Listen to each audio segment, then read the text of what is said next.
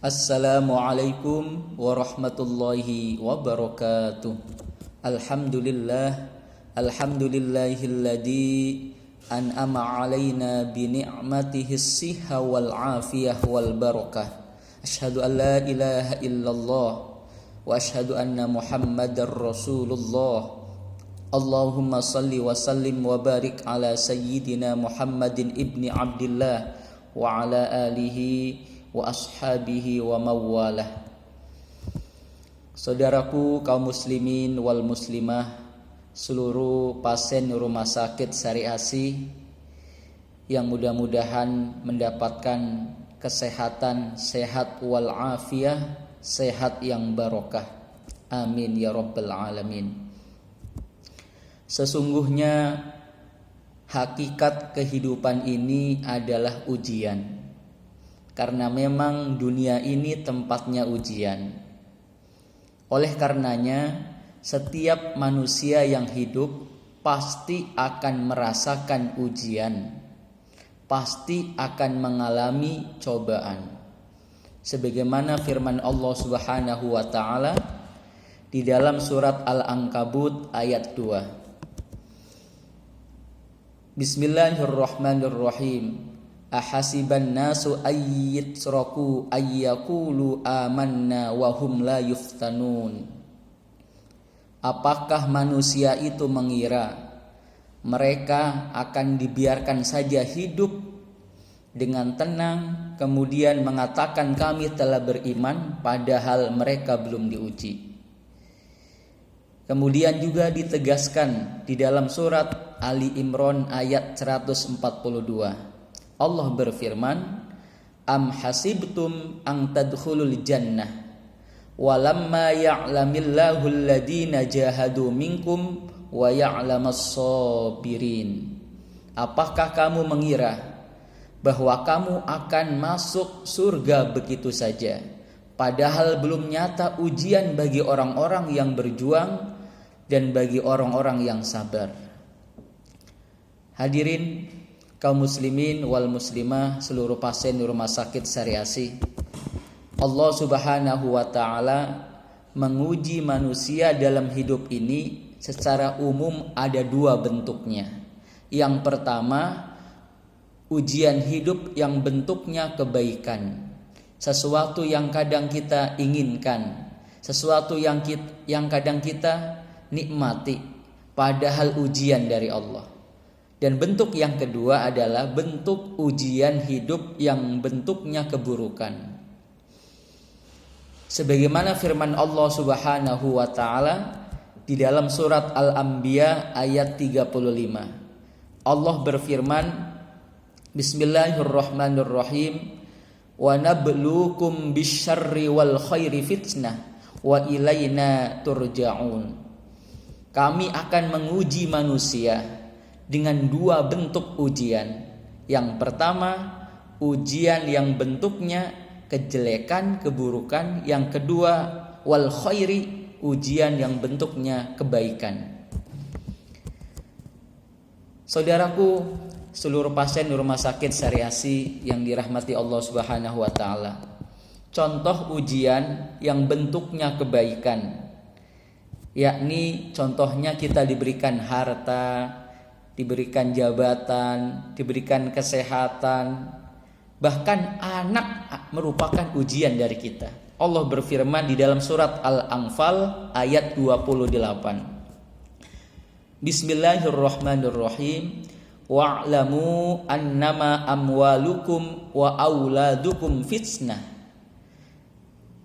Sesungguhnya anak-anak kita, harta-harta kita merupakan ujian bagi kita sendiri.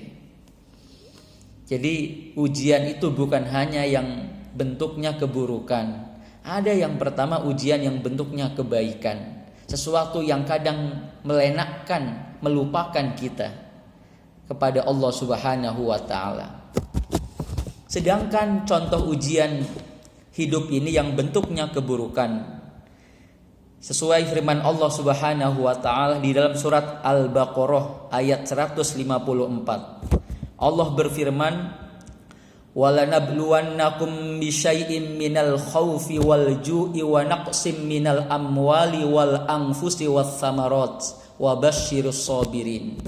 Dan sungguh akan kami uji manusia dengan sedikit ketakutan, kelaparan, kekurangan harta, kekurangan jiwa dan buah-buahan, termasuk diantaranya sakit.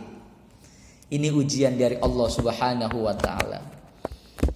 Saudaraku, seluruh pasien rumah sakit Syariasi yang dirahmati Allah Subhanahu wa ta'ala, salah satu ujian hidup ini yang bentuknya keburukan, yang mungkin sering kita alami, mungkin ada di antaranya keluarga kita, saudara kita, yang pasti pernah mengalami ujian ini, yakni ujian sakit. Orang miskin sakit, orang kaya pun sakit. Rakyat sakit, pejabat pun pasti akan sakit. Termasuk dokter, tim medis juga pasti akan merasakan sakit. Di antaranya yang mengalami ujian sakit yakni Nabiullah Ayyub alaihi salam. Beliau diuji oleh Allah sebagai seorang nabi yang sangat dicintai oleh Allah Subhanahu wa taala, namun tetap setingkat nabi pun mengalami ujian sakit. Hadirin saudaraku, para pasien rumah sakit Syariasi yang dirahmati Allah Subhanahu wa taala, kita menyaksikan bersama kadang manusia ketika menghadapi ujian sakit ada dua sikap yang dia lakukan. Secara umum sikap manusia ketika diuji oleh Allah dengan sakit ada dua. Yang pertama, ada orang yang ketika sakit dia berbaik sangka kepada Allah, husnudzon kepada Allah. Ya mungkin Allah sayang ke saya, selama ini saya sering sehat. Ya mungkin saya lupa ketika sehat, saya diingatkan, mungkin Allah sayang, Allah lagi menegur, mungkin Allah sayang. Dia ikhlas,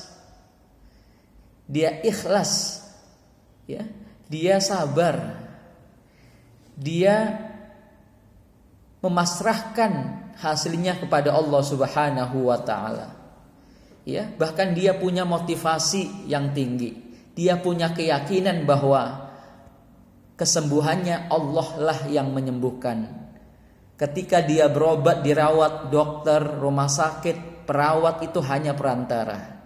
Dan inilah ciri orang-orang yang lulus ketika menjalani ujian sakitnya.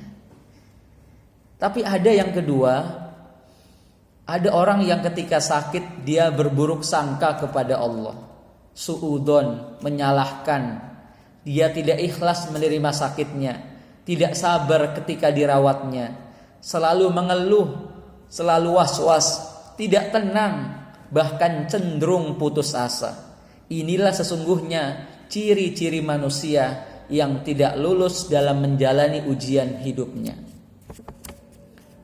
Saudaraku, seluruh pasien rumah sakit Syariasi yang dirahmati Allah Subhanahu wa taala, ketika kita sakit, kemudian kita yakin bahwa setiap penyakit pasti ada obatnya. Likulli da'in dawaun. Dan kita yakin bahwa Allah pasti akan menyembuhkan penyakitnya.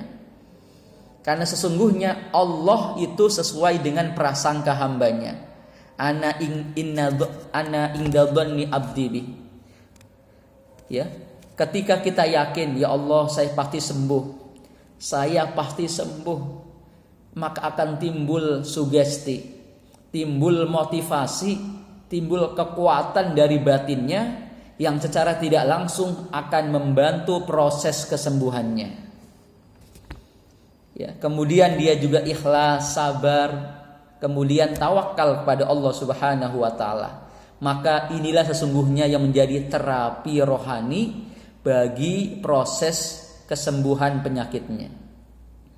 Hadirin saudaraku, seluruh pasien rumah sakit Syariasi yang dirahmati Allah Subhanahu wa taala. Dan ketika kita ikhlas, kemudian sabar, kemudian husnudzon kepada Allah, terakhir kita berpasrah diri, tawakal kepada Allah, maka Allah akan memberikan hikmah mutiara, keberkahan dalam kehidupannya. Ya. Yang pertama, Allah akan memberikan hikmahnya bahwa orang yang sakit kemudian dia sabar, ikhlas, tawakal, maka Allah akan menggugurkan dosa-dosanya selama sakit. Ya. Jadi orang yang sakit kemudian sabar, ikhlas, maka digugurkan, diprotolin, dilondri dosanya sama Allah. Yang kedua, Allah akan mengangkat derajatnya dan biasanya hidupnya akan lebih baik setelah sehat. May yuridillahu bihi khairan yusib minhu. Barang siapa yang Allah kehendaki akan baik, maka diberikan ujian dulu. Maka banyak orang-orang yang naik kelas setelah diuji dulu. Setelah mereka lulus, maka hidupnya lebih naik kelasnya, lebih baik daripada sebelumnya. Yang ketiga, Allah akan mengganti semua rasa sakit yang dia derita selama sakit dengan pahala kebaikan yang berlipat. Bahwa orang sakit juga ibadah. Ketika kita sakit kemudian ikhlas, sabar, itu juga ibadah. Di mata Allah akan digantikan dengan pahala kebaikan. Bahkan yang keempat, mudah-mudahan bagi seluruh pasien-pasien di rumah sakit Syariasi yang sabar, ikhlas dalam menjalani sakitnya, Allah akan menjadikan kehidupannya lebih barokah. Wa may yattaqillaha yaj'al lahu makhraja. Allah akan memberikan solusi kemudahan. Wa yarjubhu min haitsu la yahtasib, dan Allah akan memberikan rizki dari arah yang kita tidak sangka-sangka. Hadirin, saudaraku, seluruh pasien di rumah sakit Syariasi yang dirahmati Allah Subhanahu wa taala, tetap optimis, tetap yakin, ya. Allah Maha Kuasa. Tugas kita hanya ikhtiar yang terbaik. Setelah kita ikhtiar, jangan lupa doa yang terbaik. Doa merupakan keajaiban. Keajaiban. Jangan pernah putus asa dari rahmat Allah, dari pertolongan Allah Subhanahu wa taala. Ya, Allah Maha Kuasa, bisa merubah segalanya, termasuk pasien-pasien yang di HD, yang cuci darah setiap seminggu 2 kali. Jangan pernah pesimis, umur Allah yang ngatur. Banyak orang yang sehat mungkin meninggal duluan, orang yang sakit alhamdulillah malah sehat panjang umur. Tetap semangat, yakin, ikhtiar yang terbaik, berdoa yang terbaik, terakhir tawakal kepada Allah Subhanahu wa taala. Demikian, wassalamualaikum warahmatullahi wabarakatuh.